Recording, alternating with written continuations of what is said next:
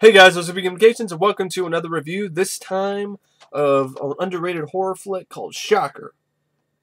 This is on my double feature set with The People Under the Stairs and Shocker. I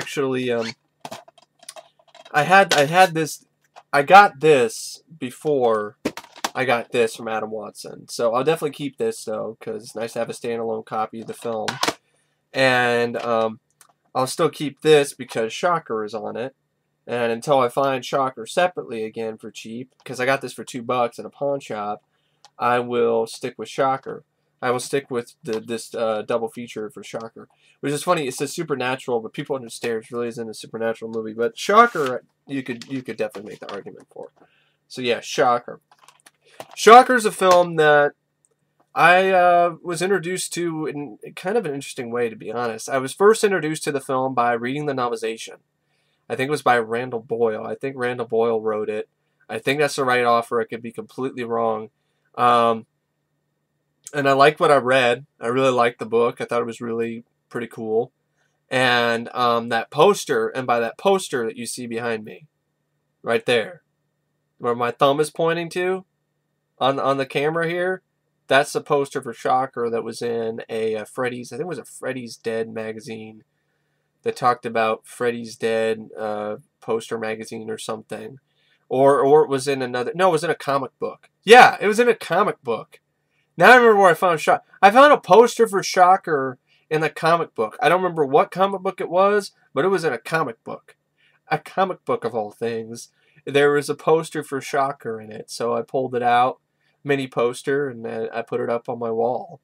I've had it on my wall before. It's just been on that, you know, where my thumb is pointing to here, like, but where my finger is pointing to, like, I'm trying to, right there on that wall. So I was introduced to the film at first, you know, through the book and through the poster. All I knew about it was the poster art, you know, with Horace Pinker in the electric chair.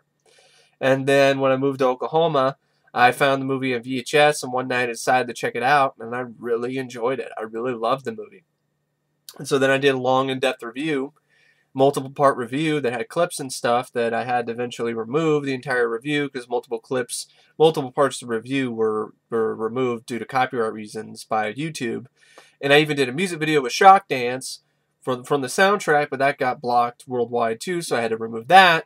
So the only reason why you don't have anything Shocker related already on my channel is you do have something though. I do have a music video I did for movies of the '80s with a song from the soundtrack, Shocker Reprise by the Dudes of Wrath.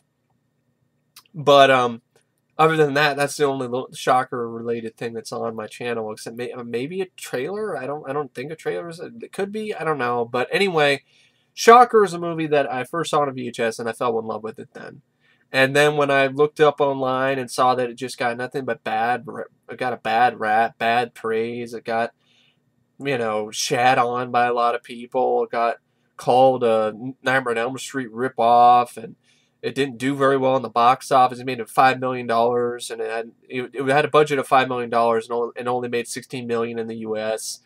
And how, you know, just got so much criticism. And then recently I looked up the criticism and found out it's got a 5.3 out of 10 on IMDb, which is way too damn low. And then to make matters even worse, Rotten Tomatoes score of 8%, and an audience retention score, like an audience liked it score of 22%. There aren't enough people who like Shocker or watch Shocker going on Rotten Tomatoes and rating it. So I'm going to say it right now. If you like Shocker, go to Rotten Tomatoes, make an account, and, you know, do a positive review on it, because there's not enough of them on there. So the people who, I don't know why you would use Rotten Tomatoes as a basis for what movies you're going to watch, because really what you should use as a basis for what movies you're going to watch is what you want to watch, what you think might be interesting, or what you might think might be a good time, not what somebody else does, even if you agree with what I'm saying, even if it sounds... It's ultimately up to you. If you like what I'm talking about, think it looks like an interesting movie, check it out. It's all up to you. It's not necessary. I'm not telling you to do anything. But fans of this movie, yes, please. Because that's bullshit. 22%. way too low for an audience score, and an 8% is way too damn low. And then I actually did some research on Rotten Tomatoes, and I looked up on the bad reviews that Shocker had. A lot of them aren't even official sanctioned reviews, like people who are paid for reviews with people with just fan sites. And some of the reviews aren't even, you can't even see them because the website doesn't exist. So they need to change their rating system.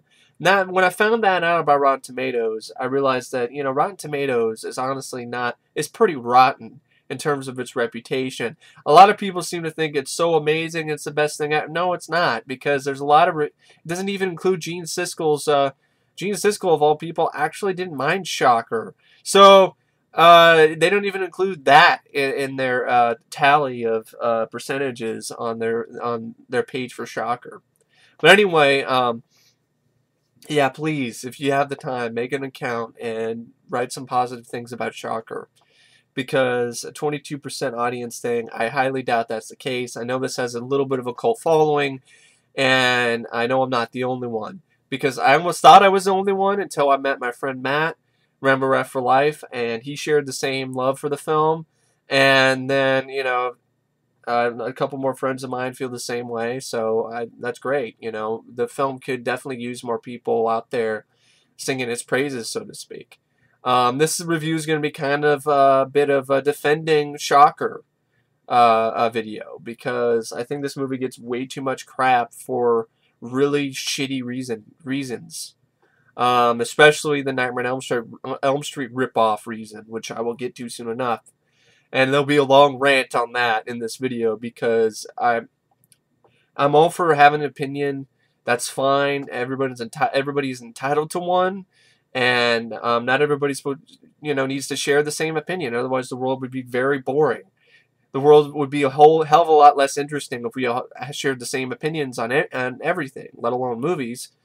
But what I have a problem with is when you're criticizing a film and you're using reasonings for your criticism that are full of shit. And I'll get into that soon enough when it comes to saying that this is a Nightmare on Elm Street ripoff. Just hearing that pisses me off. Anyway, just makes my blood boil. Just want to fucking just beat somebody in the face. Anyway, I want to bite their fingers off, spit them out, and say, finger licking good. Anyway, this is ridiculous. Anyway, actually, let's start talking about the actual film. The film is released in 1989. Like I said, not much fanfare. Wes Craven directed it. He also wrote the screenplay. He made the film because he wanted to have another franchise. And that doesn't mean that it's a ripoff of Nightmare on Elm Street. That just means he wants another franchise because New Line screwed him over and didn't give him his cut of the franchise that he was due. He deserved more money from New Line for, his contributions for Nightmare on Elm Street, one of their biggest cash cows. And they basically took all the cash and ran, and he didn't get as much as he should have. And so he wanted to create his own franchise. Shocker didn't work out, sadly enough, but later he did Scream, and that worked out pretty well. So it's not, using the same analogy, saying he just lazy, just wanted to create another Nightmare on Elm Street. Well, Scream's another franchise he wanted to create, and he did that. So I'm like, is Scream just another fucking, Nightmare on Elm Street franchise wannabe? I'm just saying. Very vague generalization you're making there. Anyway, the film stars Michael Murphy as Lieutenant Don Parker. Michael Murphy, you might know him as the mayor in Batman Returns. That's what I used to know him the most for, but now I remember him the most as Lieutenant Don Parker in the film Shocker. I think he did a really good job. You have Peter Berg as Jonathan Parker, one of his earliest roles. I mean, before this, he was in like a bit role in Miracle Mile and a few other movies. He was in a film called Race for Glory the same year as Shocker, which I haven't seen yet, but I want to. It's about motorbike racing. It's very rare. It's only on VHS. It has a really cool... it has a decent soundtrack, too. Not as good as Shocker, because Shocker doesn't really have... Shocker has a lot of songs. What I'm saying about Race for Glory only has pretty much one song. Maybe one or two. But anyway, speaking of Shocker, the soundtrack, I also have Shocker on CD. And I also have it on cassette in storage in Oklahoma.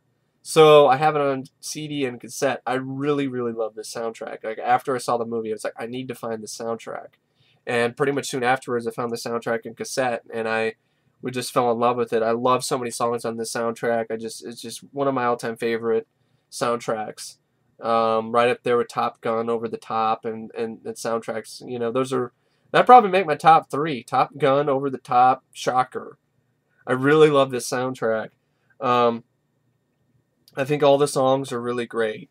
I think the Dudes of Wrath did an amazing job, and it's a really great, bunch of really cool band.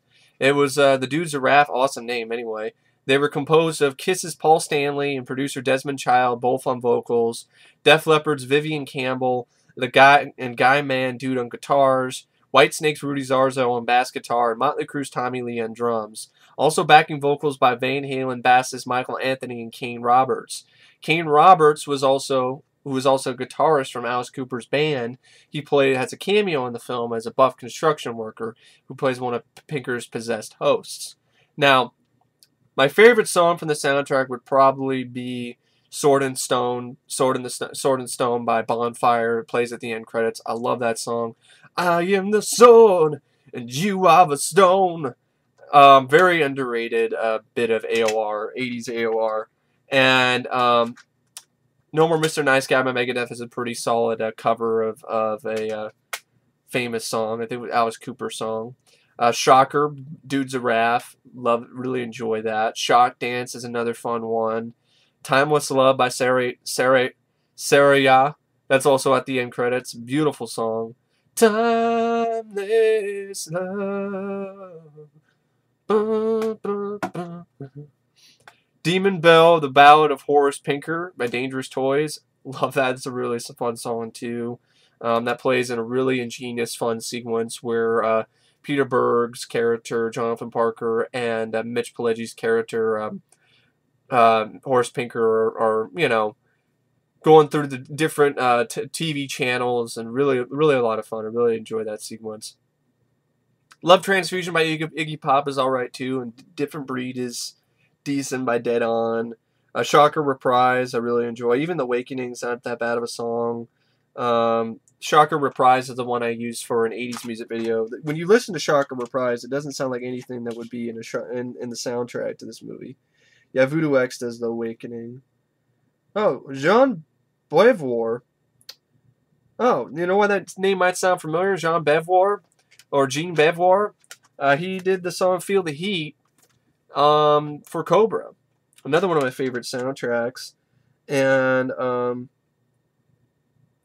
I guess he did some vocals, or he was part of the band Voodoo X. Yeah, Shocker Reprise is the one that sounds like nothing like... You don't even hear it in the film, but it's really awesome. I love the... We will have the power. We will have the glory. In our shining hour. We will write our own story. This is a really, really fun song. Paul Stanley does awesome vocals. It's short, but really sweet. Anyway, I love the soundtrack. I even think the score is pretty solid, too. It added a lot of nice atmosphere and mood to the film by William Goldstein. Now, the film also stars Mitch Pileggi as Horace Pinker. This is one of his first big roles. Mitch Pileggi, I just think he was excellent in this. I really loved his performance. Of course, he would go on to do bit roles in like the X-Files and so forth after this.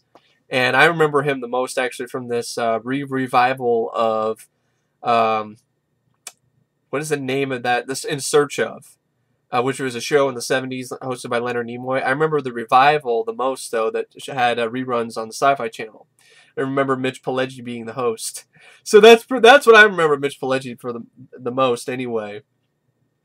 Shocker would be probably the close. I mean, probably now I'll remember him the most for Shocker, but I always have a soft spot for his bit time as a host for In Search Of, the 90s revival on Sci-Fi Channel, because that's how I was first introduced to Mitch Pileggi.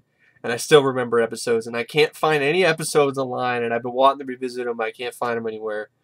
And I know that there's a new In Search Of box set that's incredibly expensive that has all of the In Search Of episodes from the 70s as well as the 90s show.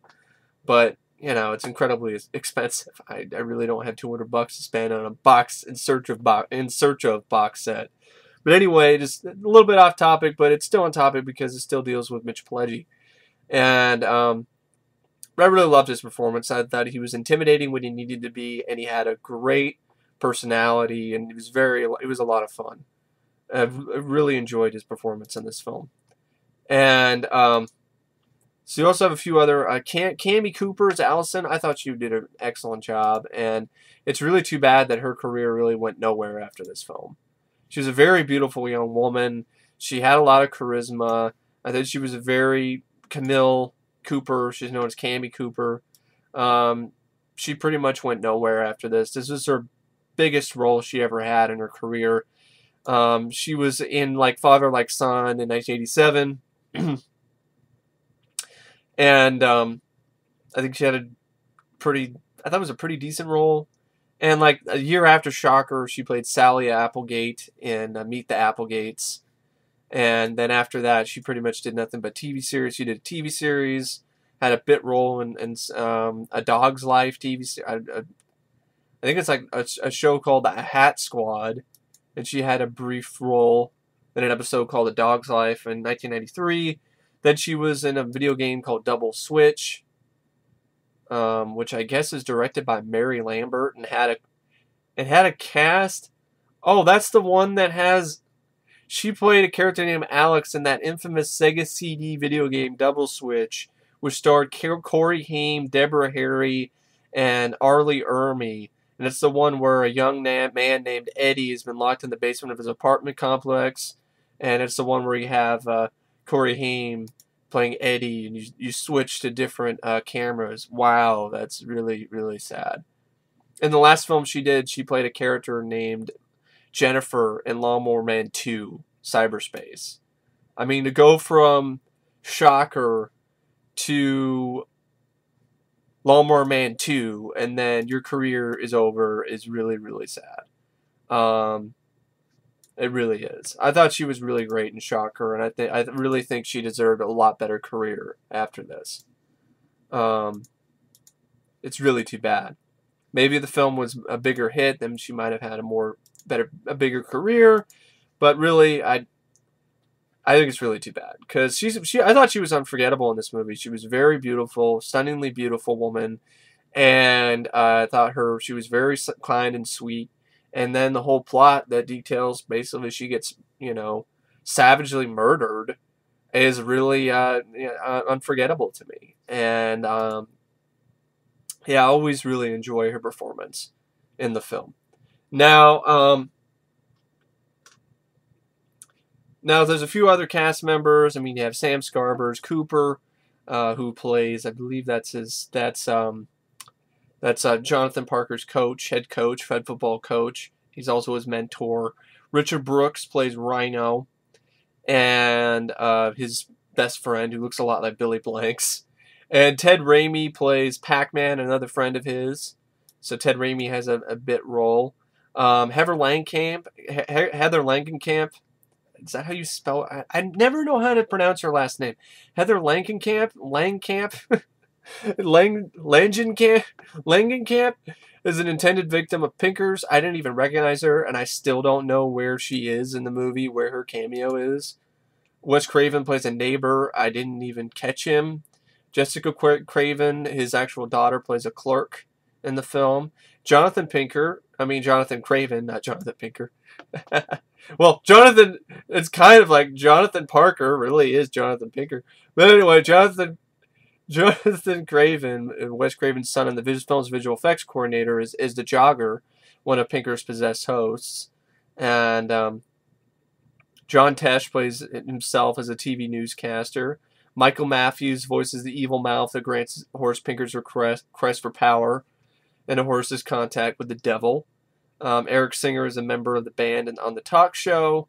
Dr. Timothy Leary plays the television evangelist, and Brent Finkelstein is the talk show host. I don't really know who any of those people are, but cool. They all did competent jobs. And according to Wes Craven, the film was severely cut for an R rating. It took around 13 submissions to the MPA to receive an R instead of an X. Some of the scenes that were cut include Pinker spitting out fingers that he bit off from the prison guard, longer and more graphic execution of Pinker, and a longer scene of the possessed coach stabbing his own hand. An uncut version was never released and is highly wanted by fans. That'd be awesome, Universal, but you don't give a shit about Shocker. So, you didn't even put the 5-minute featurette that was on an overseas DVD on your DVD. Or the commentary by Wes Craven. The film was released theatrically in the United States in October 1989. It didn't do that well. It received mostly negative reviews from critics, and it holds a bullshit 8% rating on Rotten Tomatoes based on 12 reviews, some of which aren't even available for viewing online anymore. And they're not even from official... I don't consider them official critics. It'd be like including my opinion on Rotten Tomatoes, like on my review. It'd be like, I'm not an official sanctioned movie critic. So, but anyway, yeah, the film was released on DVD in 1999 with nothing on it, and then released in studio as a double feature, People Under the Stairs, and that was it. It's not been released on Blu-ray yet. Maybe Scream Factory would have done something if Universal didn't tell them to fuck off. I don't know if Arrow Video will ever be able to do something. I would love to see that happen.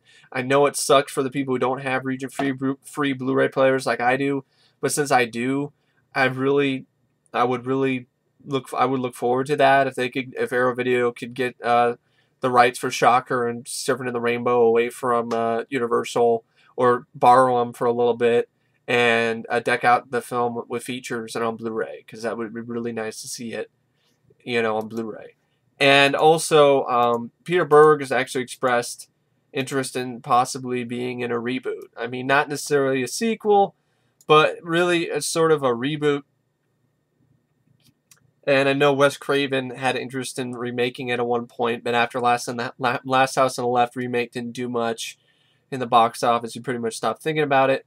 That's actually a remake I didn't mind. Actually, I like the Last House on the Left remake more than the original. I gotta be honest, that's how I feel. The remake doesn't have bumfuck cops in it. They're trying to be, fucking clowns. But yeah, Peter Berg says he really feels pretty strong. He feels fondly about the film. This is actually some pretty recent interviews, actually from this year. May this year, Peter Berg wants in on a Shocker remake with Wes Craven. This first link is from Arrow in the Head, and Arrow in the Head asks Peter Berg what he thinks about Shocker, and this is the person who wrote the article. It's actually a film that's really near and dear to the writer on Arrow in the Head, and so he talked to Peter Berg, and he asked him if he looked back at the film fondly. And Peter Berg replied this. He said that yes, he did, and that he was grateful for Wes Craven for giving him a chance. And he did express that the special effects were lousy, being the technology wasn't up to par back then. And then before he could ask him his next question, which was, would you be interested in a remake? He beat him to the punch, and he said, I'd love to remake it. And he said, and then the guy from Arrow in the Head, I almost said Arrow in the Video, asked him if he would direct it. He said, no, Wes would direct it, and I would star in it. And if Peter Berg would come back, I mean, I would be interested if it's sort of like a reboot. Like, what would happen if see this character years from now? What kind of like a reboot / sequel? That was what I would be interested in it then, not as a straight up remake. I wouldn't want to see that. And I disagree with the effects being shitty. I don't think they're that bad. I really don't. The only time I thought the effects were pretty bad is the one where there's some really kind of chintzy looking visual effects with electricity in the prison sequence, when Pinker's in the jail cell trying to make a deal with the devil. You want the power, you got it, baby. That's about it.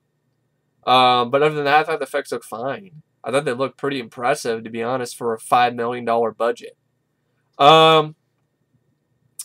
But anyway, Peter Berg talked a little bit more about the effects. He said he'd like to redo Shocker just to get the special effects right, because he says we had a real special effects disaster on the film. This is what director Wes Craven said in an earlier interview. This is what Wes Craven is talking about. He would like to redo Shocker. The guy who was doing all the visual effects kind of flamed out, and he had a nervous breakdown because he was attempting more than he could actually do. When he told us toward the end of the movie, not a single one of the special effects was actually working. He was working on a new technique, and Craven said his son's job specifically became just to find all the negative. It was all around town in unmarked boxes and under people's editing benches. It was a nightmare itself. We pulled every favor in town to get all the special effects done very quickly, and some of them are pretty sketchy. I think they're pretty fine. Like I said, the only one I thought was pretty sketchy was that one little bit that was in the prison scene, in the jail cell. That's about it. I thought the effects other than that were pretty impressive for a $5 million budget. It's not a very big budget movie, and I thought the effects were pretty good. So that's a little bit of the sort of sort of backstory. I mean, the film was filmed in 10 weeks and on a low budget of $5 million. Craven said that all the savings are all these savings are in a small teamwork with talent and low-known actors.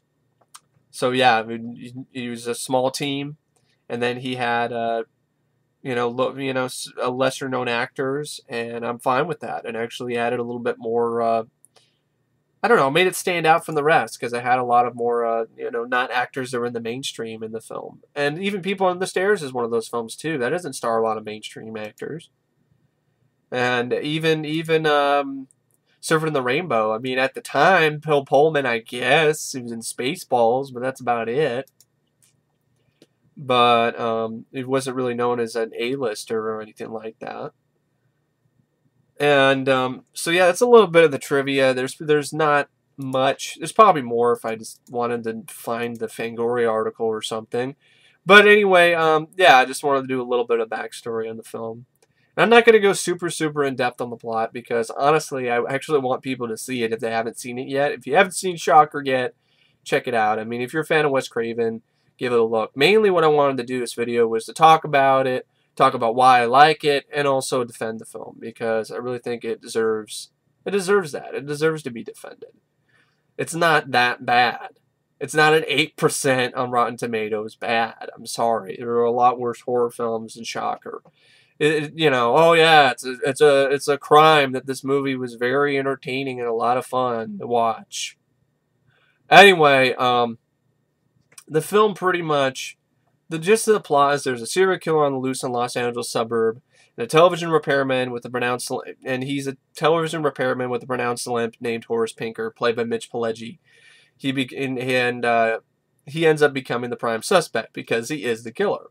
He becomes the prime suspect because the investigating detective, Lieutenant Don Parker, played by Michael Murphy, has a foster son who develops a strange connection through Pinker.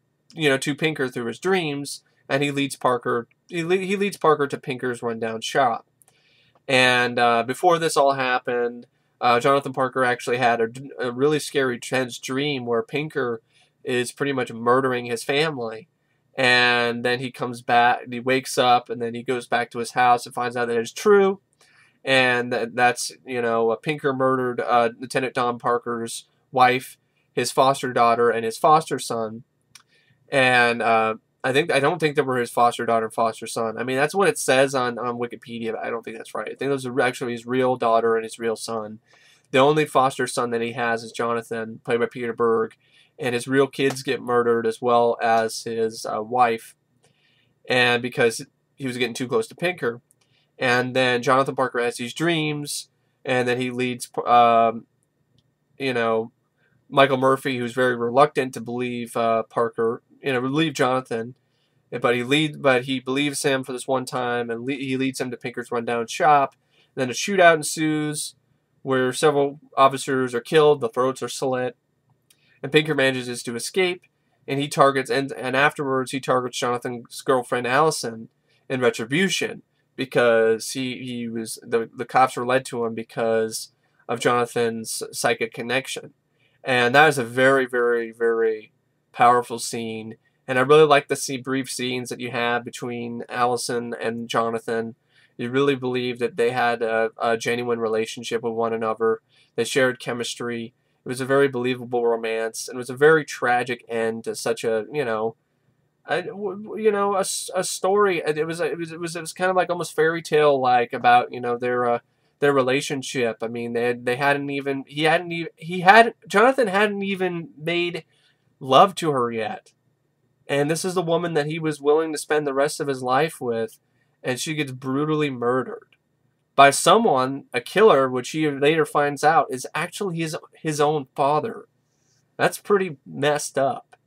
And you really feel for Jonathan's character in this film. One of the most sympathetic horror film leads I've ever seen.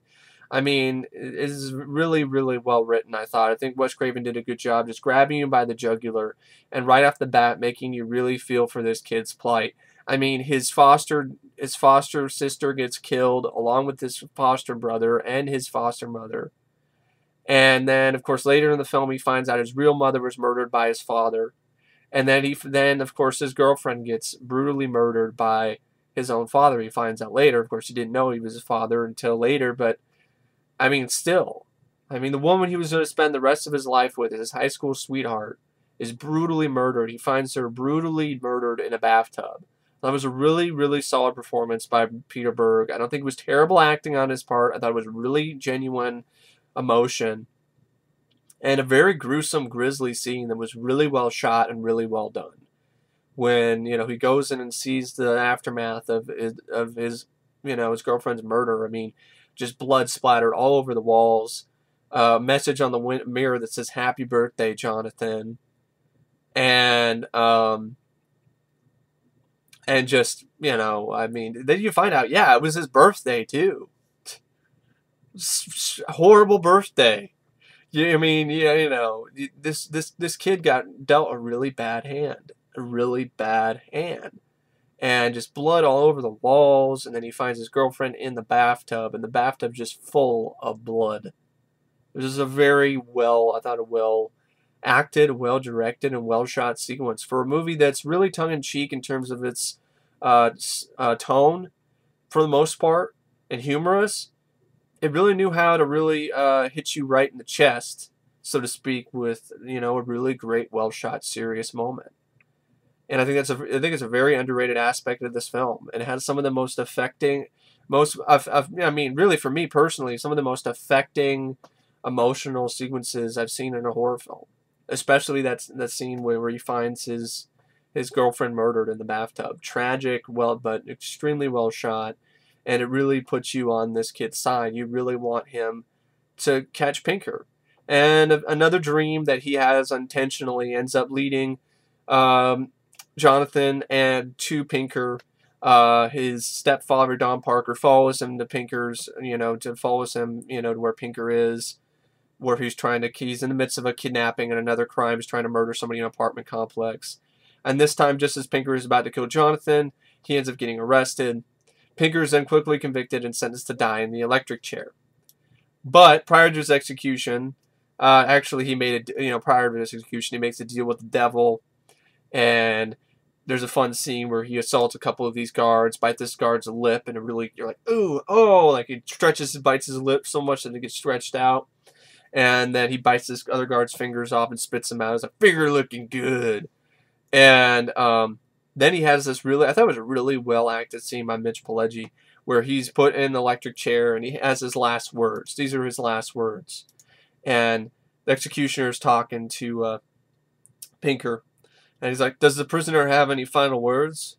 Pinker's like, "Yeah, as a matter of fact, I do." Then he narrows his eyes at Jonathan. He's like, "Your pitiful memories wiped it all out, didn't it? I was beating you real good when your mama tried to stop me with a gun." And then Lieutenant Don Parker is shouting at him angrily. He's like, "You shut your mouth, you fuck!" And the executioner's like, tries to calm him down. He's like, "The prisoner has a right to speak." And Pinker continues, grinning, like a sly fox, and grinning evilly. "That's right. I was beating you real good when your mama tried to stop me with a gun that she brought into our happy home. You must have remembered it, boy. Don't you remember the way she screamed? And how clever you were picking up that gun and shooting me right through the fucking knee, you little peckerhead! With such a big gun, blasting at your dear old dad with murder in your eyes. Like father, like son, huh? And then Pinker starts chuckling evilly at Jonathan. As Jonathan's shocked to hear all this and narrows his eyes at the executioner, you know, he's like,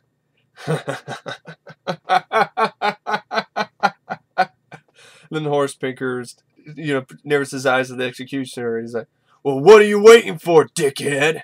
You want to fry me? Then get it over with, you bunch of fucking insects! And then the executioner talks to the security guards, and he's like, well, you heard the man.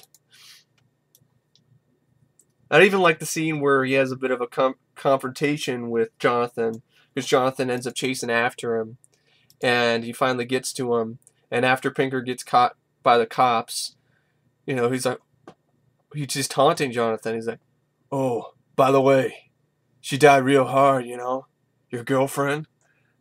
And then Pinker starts chuckling with a glee, and Jonathan tries to pounce on him as Lieutenant Parker restrains him. And I actually liked his acting here. I thought it was very genuine anger and passion about his performance by Peter Berg. You know, he's all like, I'll see you dead, you son of a bitch! So you like killing too, huh, Squirt? It's in the blood. You and me, we're killers. You'll die, you motherfucker! I'll see you die, you fucker! You're breaking my fucking heart! So anyway, yeah, I really did. I love that, you know, the exchanges they had between each other. And I think Mitch Pileggi is great. Very intimidating, but also you can tell that he's having a lot of fun with his performance. Anyway, so he gets sent to the electric chair, they pull the switch, and he doesn't die.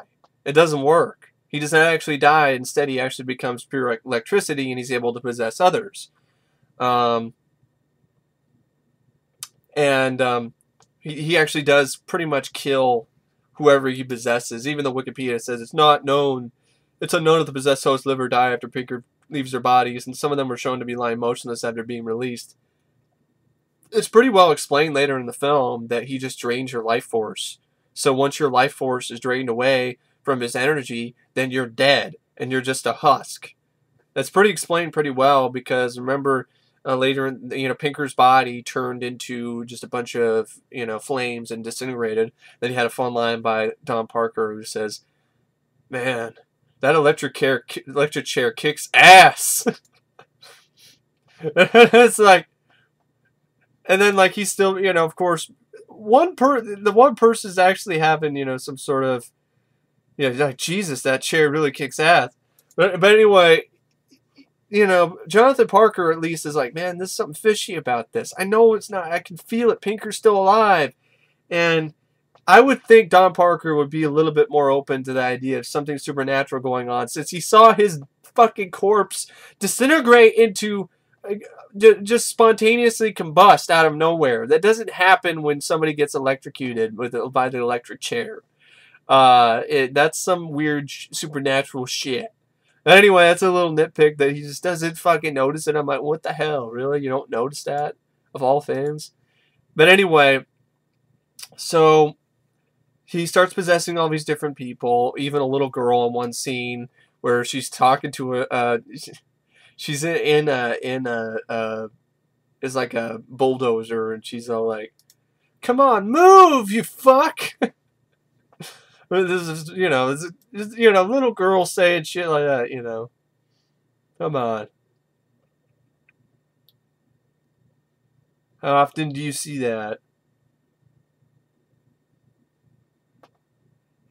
Yeah, it's like, come on, you fucker, move! And so he possesses all these different people. First, he possessed this the doctor lady, and she kills some, you know, more of the wounds on the cops in the car. And other guy still lives in the car crash. He possesses him. Then he goes after Jonathan, and you know, there's a little bit of chase going on. Then there's a little bit of this plot that goes in where I thought it was pretty interesting, where Allison keeps showing up in the film, showing up to leave messages to Jonathan, to warn him about Pinker, and that he's the only one that could stop him because he has this unique connection with him. and she gives him the necklace, the heart necklace that he gave her before she died. And really adds a lot tragic, haunting. It still continues the love story after she died, which is really an interesting subplot in my opinion. And it really does. It's another thing that makes the film stand out. Not only is it a horror film with a male lead, which is a pretty rare occurrence, except for maybe Nightmare on Elm Street Part 2. It's a horror film with a male lead. And then you also have this whole aspect with TV and using it as a weapon for the killer, and having Pinker being pure electricity, which at this point in time was pretty different, was original. I don't think the horror show was the same thing, and I don't think Destroyer, which predated both of these electric chair killer movies, is at all the same thing either. But either way, I just thought it was really interesting. I mean, to have that idea, that premise going on in the film. So anyway, throughout the film, there's more and more possession sort of scenes. Pinker possesses Peter Berg's character, Jonathan Parker, his coach, his mentor. He tries to kill him. And then that's another person he loses. He loses his mentor, his head football coach, and he watches him kill himself in front of his own eyes because he's trying to, get away from, get away from Pinker, trying to fight his spirit, so to speak. And that attempts a line, from Pinker, I could eat this, wimp's spirit for breakfast, John boy, John Bow. So this sort of stuff. So he sees his coach kill himself, and then his coach also, possessed by the spirit of Pinker, ended up killing his other friend, Pac-Man, played by Ted Raimi.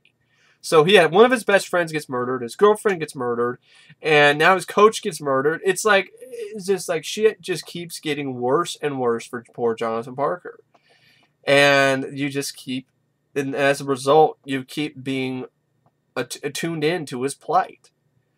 And so through the aid of Allison's spirit, which what ends up pretty much happening is he tries to ask his friends to help him fight Pinker.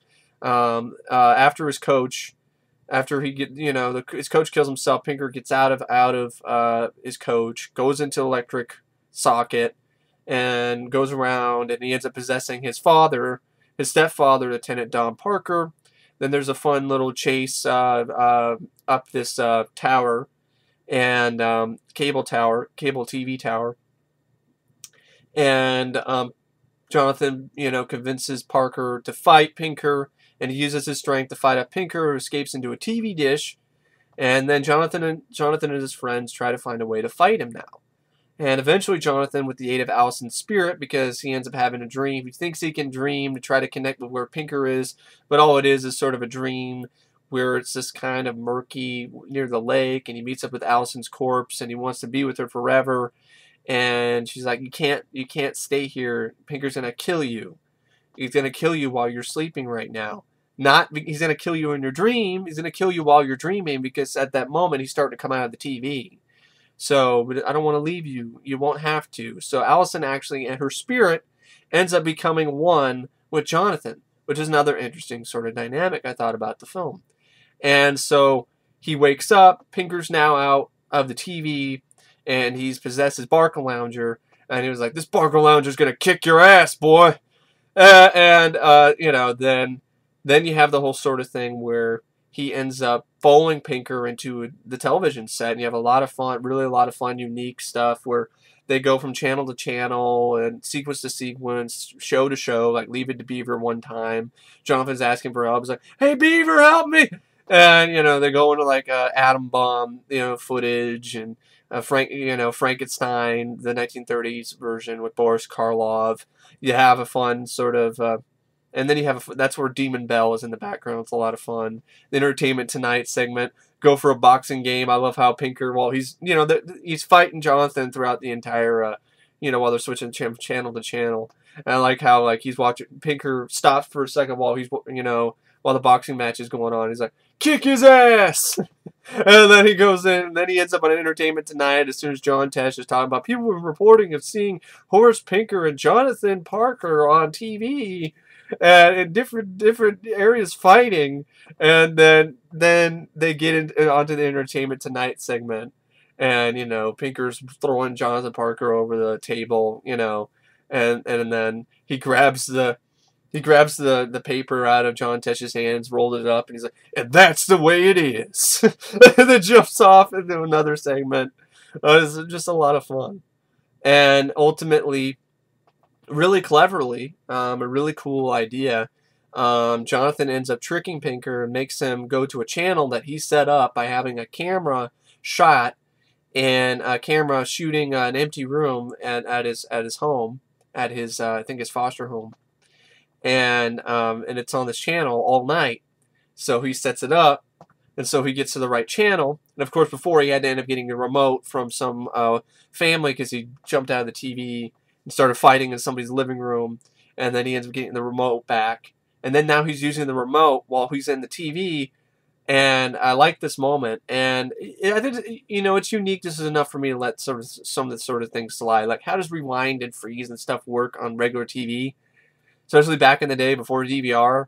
But anyway, I still thought it was pretty unique and cool. And a nice moment for Jonathan to get his revenge, to kick Pinker's ass.